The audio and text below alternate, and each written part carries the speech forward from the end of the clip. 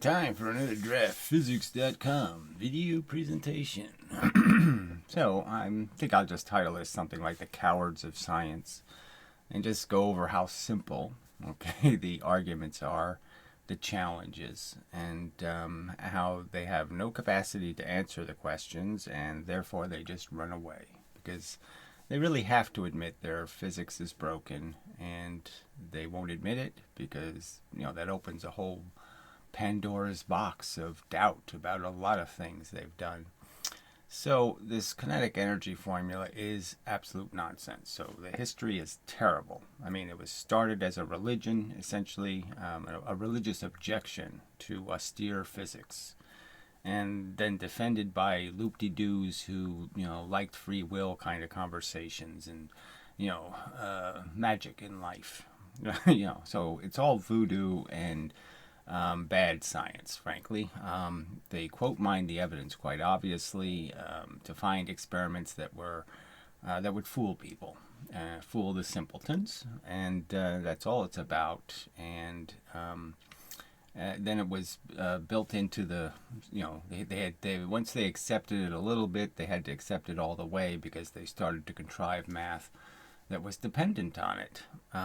And the real problem is that it's not like if you concede that this kinetic energy formula is wrong, it's not going to mean just that, oh, well, they have to rethink how little carts work with bricks that you drop on them. No, it means a whole big pile of their nuclear physics is going to have to be redone because it's going to be suspect, because it's based on a preposterous exaggeration of the actual energy of actual nuclear bits. And so all of it becomes suspect at minimum. So anyway, this is just another one of the experiments that proves the conservation of momentum, and which proves that it makes absolutely no sense to have this competing theory of energy, because it doesn't exist, and there's no reason to believe it exists, and you'll never collect it, and it's phantom energy. It's just what it is. It's what it started off to be, just a religion. It's just it's walking on water fable. It's it has nothing to do with reality. And the simple truth is, what they should have understood was kind of a Newton concept, it doesn't have to be perfectly right, like the equal and opposite reaction isn't perfectly correct, but it's like a tendency you can use. And the tendency in this case is that velocity obliges the energy to stay in a direction. So it can look like it's more energy because the energy doesn't get lost to other directions. So because you have a high velocity vector, if you have a long velocity vector, the idea is that when it's competing with the rest of the world, that is, when it's interacting with other vectors, it's going to be the dominant vector, which means that the new vector will be just a little bit of a deflection off of that longer vector. And so the energy will keep going in the direction that it's going. And so you'll conserve the energy in a sense, more likely to conserve it because it's going in the same-ish direction. You're likely to get benefit from it, let's say, keep the benefit of it. Where if you lose the momentum in perpendicular-ish directions to the motion, then you're less likely to get the benefit in the direction you're going, and you're going to go less in that direction. So that's the simple tendency. That's what explains why there is this nuance to experiments, and that you can be fooled. But it's such a simple premise that obviously physics should have fell upon it long time ago. And I shouldn't have to show up, in the 20th century, 21st century, and say, gee, you made a mistake 350 years ago. Oy. Yeah, it's really bad. Well, anyway, so this just shows you drop a little weight on the cart speed reduces proportional to the weight. You haven't really lost any energy. All you do is force the cart to give some of its momentum to the brick, and blah, blah, blah. Let the mass speeds fall onto the trolley. When the run is complete, remove the tape. So the tape just burns little spots, by a constant rate. And so all you're doing is measuring the velocity of the object by measuring how far apart the little burn marks are on the tape. And calculate the velocity of the trolley before and after the collision. Remember that velocity... Yeah, so this is just the simple math, blah, blah, blah. We'll fill in all the blanks. Why bother with the... So the end result is you end up with the same momentum. So he's dropping not twice as much, just 1/4. So the numbers are a little different, but the end result is the same momentum. You lost a little tiny bit of momentum, but you can understand that from when you drop the weight. And so the more gently you can drop the weight, that is from the least distance possible, and make it just as perfect interaction as possible, then you'll reduce that number even probably more, and blah, blah, blah, and you end up with the same momentum. So when the objects, by kinetic energy, these two in 1918, no, it's, it would be something like 700 and 400. Okay, so, not even close to the same number anymore, okay, by kinetic energy formulation. So there's a clear paradox. It doesn't make any sense. If I crash both of these two trains, the before and the after, into the same spring, they're going to collect the same exact compression, the same exact amount of energy. There's no experiment showing kinetic energy being collected. It's just a fallacy, and none of the science talking, whatever they are, brains, have the guts to answer these simple questions. So, that's what we'll just go to the questions again. And, I guess I should just do this for every subject, just write questions. Try to write them better. So that's sort of what I've solicited in the past. If somebody can reformulate these questions into text that is impervious to claims that they can't understand the questions. So ABscience's argument is he can't understand the questions. So what are you going to do? He wants them much more words that he won't read. So you can't win. You make the questions too long, they get bored. They lose interest. All right, so we'll just go through some of these simple thought experiments that just prove there's no such thing as kinetic energy. There's just energy, and it's in the form of momentum. And let's understand, too, like one of the questions I could ask is, where is there physical evidence of Newton being wrong? Like you could ask, is there any physical evidence of light being bent by magnetism?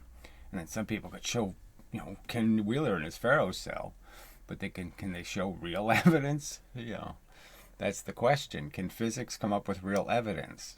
And the point is they can't. And instead of admitting they can't, instead of admitting their physics is incomplete or a mess, they do this bullshit.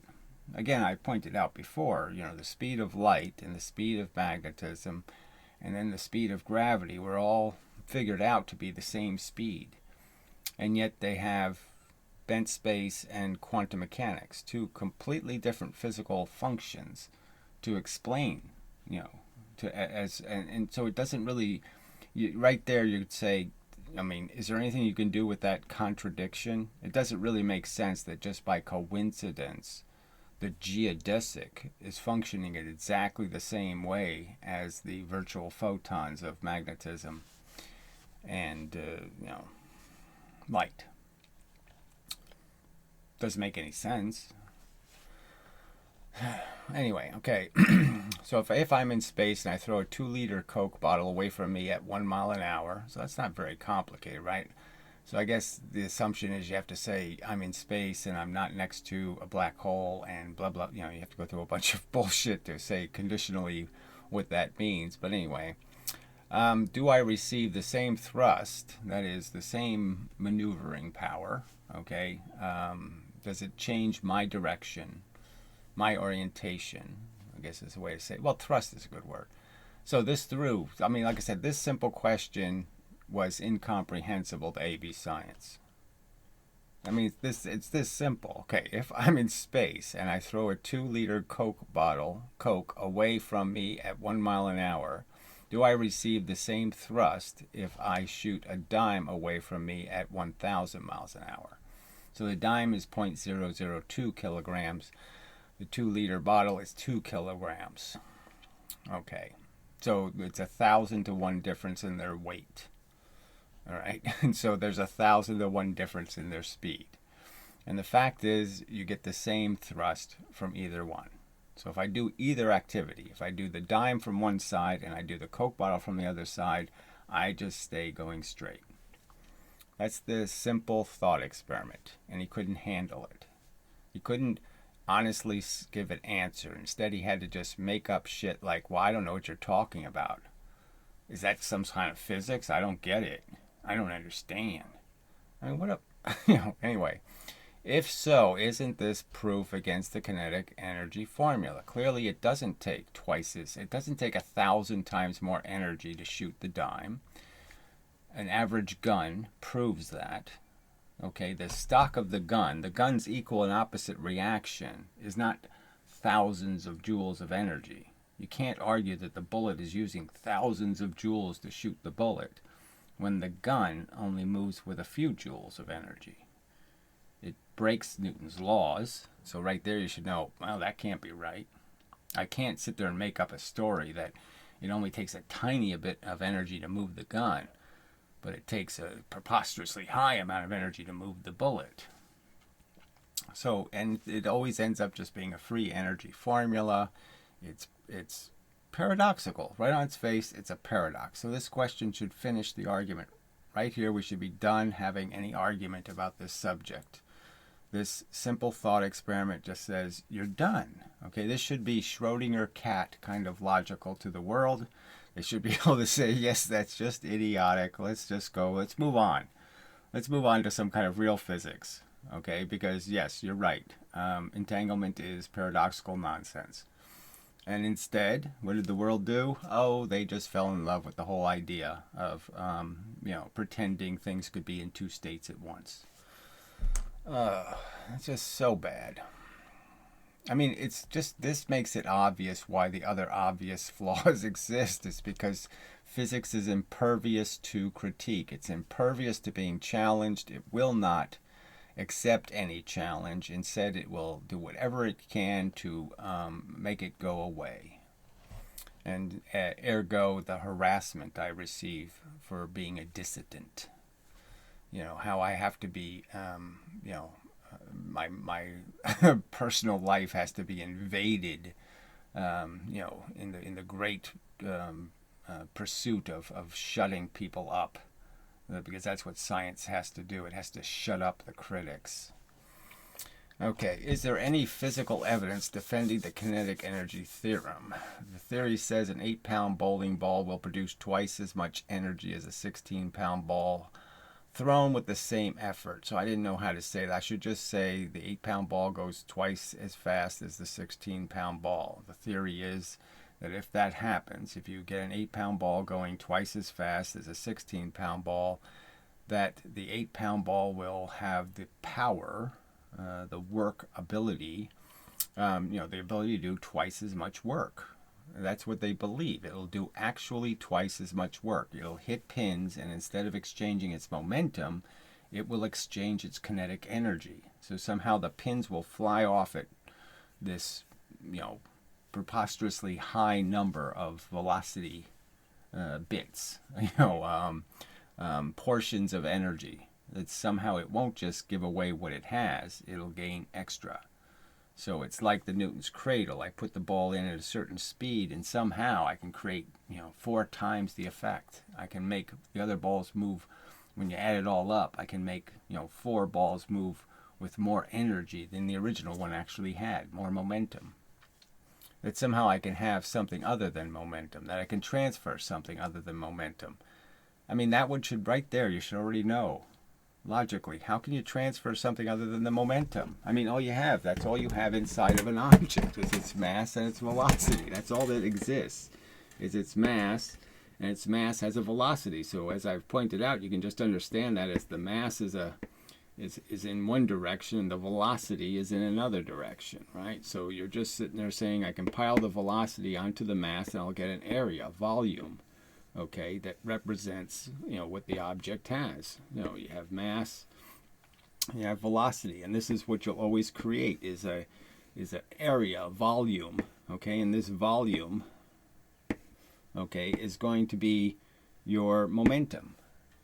And by their theory, they want you to do this.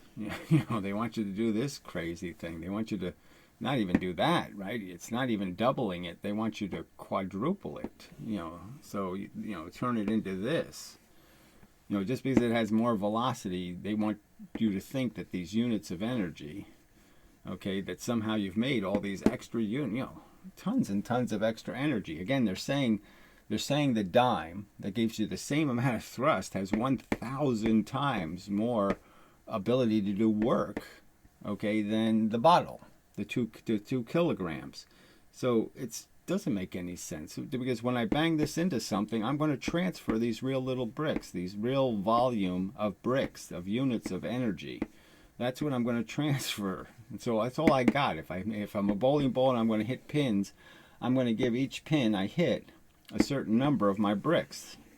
It's going to leave at a velocity that's going to be the same as mine, presumably, but it has a lighter mass. So if it's 4 pounds, then it's going to, and I'm 8 pounds, then it's going to take away half.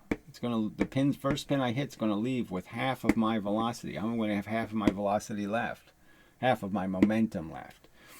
And obviously I can't change the 8-pound bowling ball's mass, so it has to give it all away in its velocity. And so the second pin, I can only give it half the speed that I gave the first pin, because I lost my velocity. I lost my, this direction. I lost half of my velocity. So now my velocity is vector's only this long.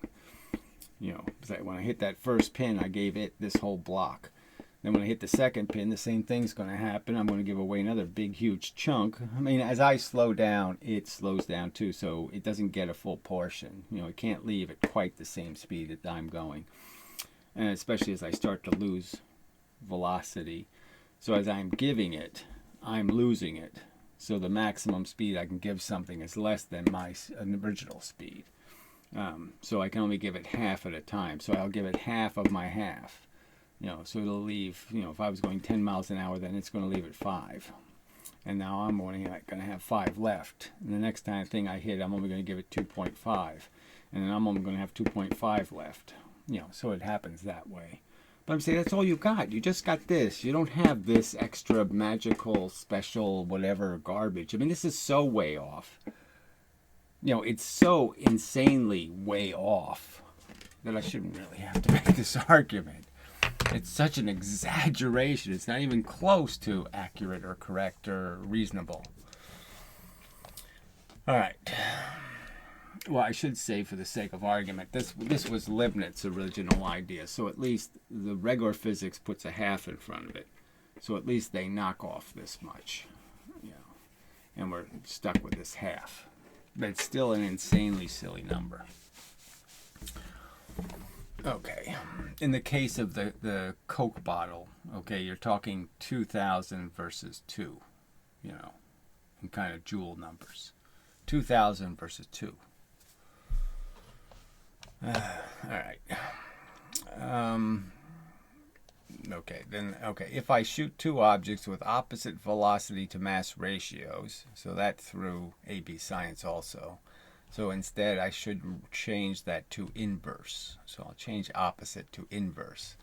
Velocity to mass ratios into gravity. Your formula says one object will have twice as much energy as the other at liftoff. So even though we know the same spring can do this, right? I can just shoot 2, a 10 mass object and a 5 mass object. And if I shoot them with the same energy, the 5 mass will go twice as fast as the 10 mass. So we already know that's just a fact. I mean, I can't find that experiment because it's probably so much of a fact that nobody bothers doing it because everybody knows it. So why would we do it? To show you something you already know.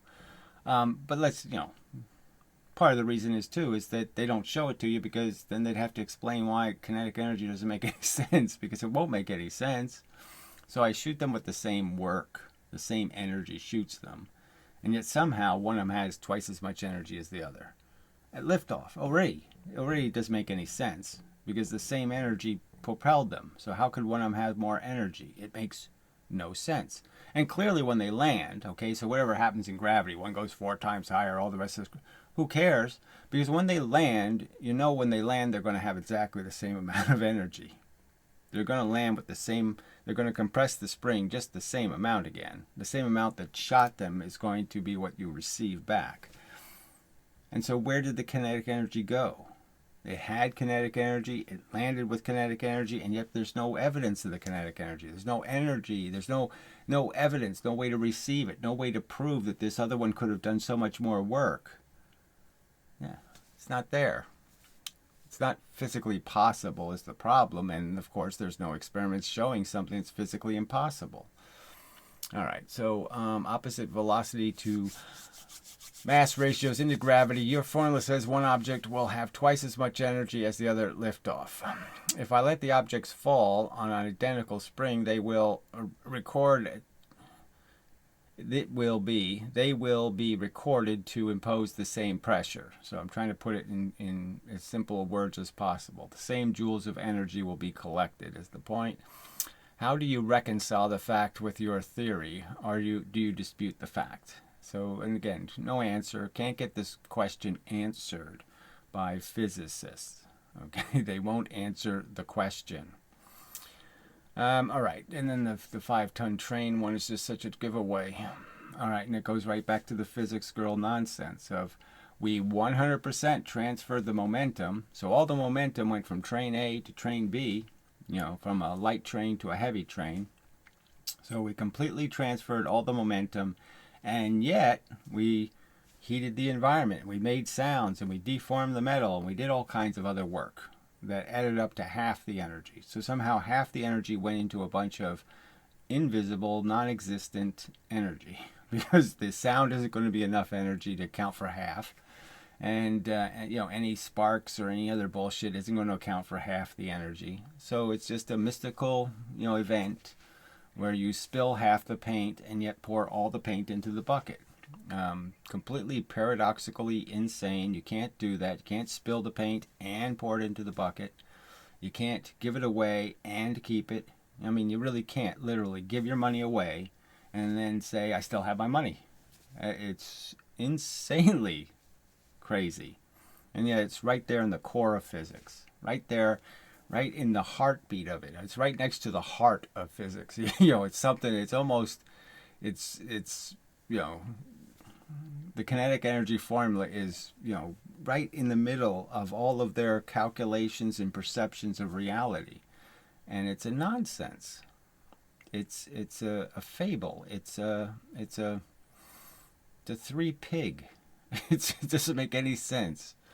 Anyway, all right, your theory says a 5-ton train going 10 miles an hour has twice as much energy, ability to do work, as a 10-ton train going 5 miles an hour. I claim you will never prove that to be true, and that if you actually collected the energy of the moving objects in a scientifically sensible manner, it will be clearly demonstrated that they have the same capacity to do work. So that's the simple argument. It's really simple. You can't undo momentum. Momentum is energy. Momentum is the ability to do work. Momentum is everything that has energy in the universe. That's all it has is some unit of mass. Photons have to have a unit of mass because they do work. And it has velocity spread on it. So obviously in the case of the photon, it's a tiny amount of mass and a high velocity. In the case of a 10-ton train, it's a lot of mass with a low velocity. But that's how you measure something's ability to change things in the universe, is its ability to transfer its volume of energy. And the energy units are in that volume. The volume is made of a real thing, momentum. It's a real ability to move. And your ability to move is based on how much velocity you have. And your ability to move things is dependent on how much velocity you have and how much mass you have. So if you're a big giant person and you go to push something, you move at a certain speed, you have more likelihood of pushing it than if you're a little tiny person and you're going the same speed. You're not going to be able to be as effective because you have less volume of energy. So, so that's it. I mean, I'm very disappointed. I really, it's like even applied science. I think I've sent him 2 emails now, twice trying to get him to do something. He seems like a guy who just does these experiments and he really loves the whole science thing and all that crap, and he's just totally unresponsive. And it's like they just will not account. They don't want the controversy. I don't know what they're, maybe that's personally what they're running from. Um, but I mean, it's glaring. I guess the electric boom kind of example is what they're afraid of, right? Because look what happened. He challenged Professor Lewin on his, the silly 2 voltages in one location thing, and then he got so much heat, that he turned into a complete chicken shit, and you know, um, pretended he was, Lewin's last words to him were, "I'm sorry you're as dumb as a flat earther." And Electric Boom pretended that was an apology. Yeah, it was that bad, just to make everything go away. Yeah, just pathetic. So, yeah, so that's probably enough. We'll just leave it at that. And if somebody has other thought experiments they'd like to write up, I would appreciate that. Or if they want to reconstruct any of that text, I would appreciate it. There's other ways to illustrate this paradox and this problem. And there's certainly on the other subjects, there's so many of the questions I'd like answered, like the photon question, I've already done it before in the video. I mean, the polarization of a photon, polarization's a real thing. We know it's a real thing. It has a real spatial size. That's why you can make a grading of a certain spacing, and it works as a filter, is because we know the size of, that's basically telling you the size of whatever a photon is when it's traveling through space. And so microwaves have, they're this big. It's just a fact. They're this big. They're flying through space and they're this big. 3 centimeters. That's just a fact. And so does it make any sense when they tell us that was created by a single electron? A single electron went like this and it made something this huge? Something so tiny. I can't even, I could say it's 1,000,000,000,000 times smaller. I don't know. I could, it's a insanely tiny amount of space that the electron is in. And here we have this theory that it's creating this 3 centimeter thing. How the hell is it doing that? And even more ludicrous is, how does a radio wave do it? How does a single photon create a radio wave? Miles of polarization. How does it jiggle? Miles of space. It's not possible. It doesn't make any sense. Obviously, their theory is incomplete. Obviously, it's missing something obvious, or it's missing something critical, because it just doesn't make any sense that the tiny little electron possibly moves through a mile of space, jumps from one place to another place to create something huge in space. So obviously can't be a single electron making the photon. It's got to have help. And so their theory is wrong. And they don't want to fix it. It's good enough for them, and it's workable. So they're going to just stick to it, because they can rationalize it, and they can narrow its function enough so it doesn't create preposterous errors. But it's still wrong, and plainly wrong. And but they don't want to admit that they're still ignorant. They still don't have a good theory. And it also just means, like I said, if they concede this point on kinetic energy, they have to redo a whole bunch of nuclear physics, because a whole bunch of nuclear physics is based on kinetic energy. They don't do nuclear physics by measuring the momentum of photons or the momentum of electrons or the momentum of protons. They do it by formulating, calculating kinetic energy. And so that's part of the reason why they can't give an inch, is because it means they have to do a lot of stuff over again, and they have to take down an awful lot of videos that are wrong. And they don't want to do that either. But anyway, So I have this show. I've said it before. I mean, all I can do is reason with you people, and apparently you just don't care. There's no audience for the truth. No one's very compelled or interested. None of you will. I mean, you will harass me, and you'll downrate my videos and go through all this trouble, but you won't bother spending any energy, obliging your sacred, preachers of physics to answer simple questions. I don't believe there's a single downvote on ABscience's video, not a single one. And it's against Ken Wheeler, which is kind of funny, right? So that's a bizarre right there. But anyway, no point. It's just kind of funny that the Ken Wheeler fans, well, anyway, it doesn't, who knows? Who knows what they see, or what's relevant to them. Yeah, so that's enough for now. Hell with it. There's just, if I can't get this question answered, there's no point in asking any other questions, right? I mean, this is so obvious. I mean, bent space is just, I argue, is a vacuous explanation, right? It says so little that you can't really challenge it because it doesn't have any moving parts.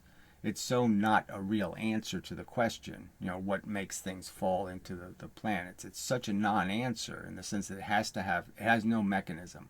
So you don't have to account for its movement. You don't have to account for side effects. You don't have to account for anything. So it's like a God of the gaps answer. It is, it's really hard to disprove the magical mechanism that makes things magically move, right? There's nothing really moving the electrons and the protons, right? They're just they're sliding down some fake geometry thing.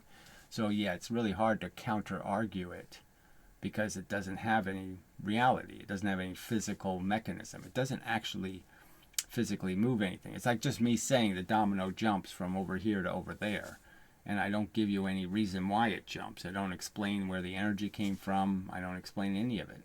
So, so that's a little more tricky. But this is right. This is a real physical thing. So, I mean, they can't get away with it as easy with this, because you have to account for this paradox, and you have to account for this is how stuff really moves in the universe. And the fact is that there was nothing wrong with Newton's mechanics. Let's just go back to the simple truth. He predicted things. He reliably explained things. It was quite a good theory. There was absolutely nothing overtly wrong. I mean, the stupid mercury parallelism bullshit. I mean, that was so tiny a thing it doesn't make any difference, and it has nothing to do with kinetic energy. So there really wasn't any flaws in Newton's physics. So why you can just, for that reason alone, you can say, why did you break it? Why did you take something that works and break it? Why? Because you couldn't use Leibniz's theory and make the universe work. It wouldn't work anymore. You wouldn't make accurate predictions anymore. The whole thing falls apart. So why did you do that? Why do you think that was sensible? Anyway, that's another question they won't answer. Anyway, there was just no need to fix Newton, and that's the part that's just so funny here. And so they've really tried to convert this silly theory into Newton's physics when it's not Newton's physics. It's not F equals change in momentum over change in time. That doesn't mean you put a half and a square in anything. All right, well, I've said enough. I've already said this stuff before, so I'm just saying if you can't make this argument successfully, if this isn't possible, then how can any of the rest of it be ever argued? Because you have to be belligerently, just for the lie, for the deception, for the fraud, for the bullshit. Because it's just that, like I said, it has nothing to defend it. You don't have any physical evidence. You have obviously quote mining of evidence to some extent, like clay experiments, which can be by science understood to be that's not the best way to test something's energy, because it has a bias for fast things. As I pointed out, the fast things, the velocity vector keeps going in the same direction, so the clay is essentially pushing the clay out of the way. As you give a piece of the clay momentum, very high velocity, it keeps pushing the other clay with the clay you've already given momentum to. So it obviously keeps the motion going in the one direction, where a slow thing ends up moving the clay in all kinds of other directions. And that's all it's got. It has a horrible history, and it creates numerous paradoxes. And you have a glimmer of the truth in the fact that NASA says, we landed on the moon using Newton's physics. So they have a veiled sort of reference to, maybe it doesn't have this crap in it. Yeah, for good reason, because this wouldn't work. You can't land on the moon if you think a dime going 1,000 miles an hour has more energy than a 2-kilogram hunk of metal going 1 mile an hour. If you don't understand that they have the same energy, then you're not going to navigate space successfully. That's the truth. All right. Now it's enough of a video. So, till the next time and such. Still waiting on Stephen Bro, right? I mean, it's been like a month now. He's it's at least 3 or 4 weeks ago that he did some stupid experiment where he rolled big heavy wheels onto a pool table or something, and he got proof, okay, that momentum isn't conserved and momentum is horseshit and kinetic energy wins. But somehow he's not showing it to us. Yeah, I guess there must have been a flaw in his theory somewhere. Anyway, until the next time, and such, this has been a Draft Physics video presentation. To the wind. Yeah, it went right over all the little imbeciles' heads. Yeah. It's just, he couldn't understand the questions. Yeah. Just too pathetic.